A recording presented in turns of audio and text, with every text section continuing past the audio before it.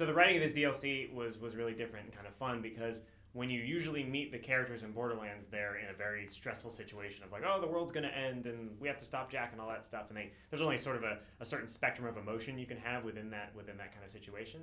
But having them basically just sort of sitting around, and there's like an entire quest about how like Loth and Brick really like Game of Thrones, and there's one about like how Tina doesn't like eating salad, and just really seemingly boring stuff like that. But because it's in this really weird context, hopefully it ends up being still kind of funny, and it allows you to see a sort of different side of these people. Like Lilith goes into her backstory about how like she was a nerd as a kid, and people made fun of her and all that kind of stuff. That if you brought that up during war, you would kind of just look like an asshole. So. There's a lot of challenges that go into making DLC, whether it's campaign-style DLC or character DLC. They each have their own challenges and limitations.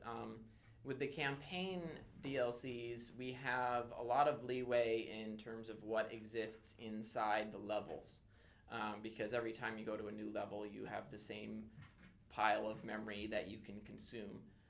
So we have a lot of leeway for new artwork and things like that stays in the level. What we don't have a lot of leeway for is things that can exist anywhere in the game. So that includes your guns and your gear and abilities and things like that need to exist no matter where you are.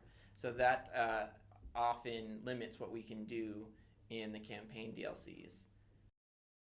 Fan feedback is really helpful in a lot of ways, especially in regards to this DLC, because we got different pieces of fan feedback, and we tried to work on as many of them as we could. So one of them was we want more stuff to do with Iridium, which is the slot machines that Paul talked about. One of them was we wanted our player characters to talk more, because the characters in the game are kind of just silent ciphers, except in combat where they just say one-liners and stuff. We got a lot of people saying, that's cool, but we kind of want them to talk during the plot and be relevant during the plot, so we added a bunch of sections in the plot where, depending on what character you are, you'll hear different dialogue, essentially. And that was kind of fun to do. If you have things that that one person loves and another person hates the exact same thing, we're generally like, okay, we're in a good place, because those are the kinds of decisions that we want. So we're always looking for ways within our characters, within our weapons, within our gear to make things that are going to create strong reactions in one way or another. Another thing that we take a lot of feedback and are listening to is our fans will let us know about little bugs and other glitches that they've come across. And what's nice about campaign DLC is they always come with a title update.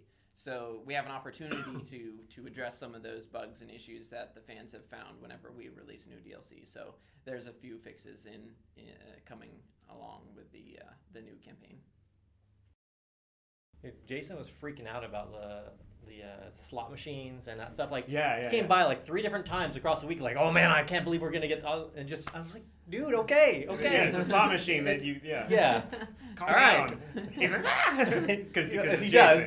Jason. Yes.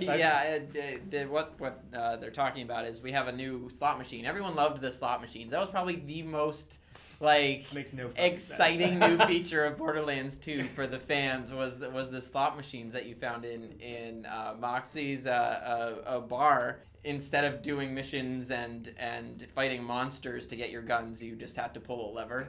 If you like Borderlands 2 but hate all that strategy and fun, you'll love this. Just pull the lever. Well, it turns out a lot of people like to pull the lever just as much as they enjoy the rest of it. So we had a problem, which was players have spent all the Iridium they could on all the upgrades that they had, and there was nothing more to buy with their Iridium, but they have a giant pile of it. So for this DLC, we wanted to make sure that there were some new things that players could use their Iridium for. And so this slot machine that Jason was excited about is a new way for people to spend Iridium. So this is a slot machine they can spend their Iridium on to get new gear and loot. So and it's all Tiny Tina and medieval themed and everything. So we're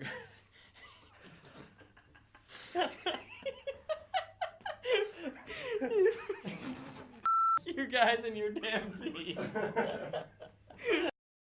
We have some new weapons in the DLC, but and we really wanted to try to capture that swords and sorcery kind of feeling with them.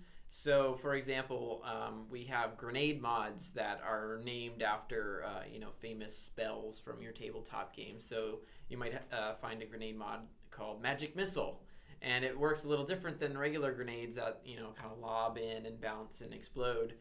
They kind of shoot out straight and have sort of magical visual effects. And your characters will, sort of announce them, sort of like you were doing a live action role playing kind of thing. So there's like lightning bolts and fireballs and fun stuff like that.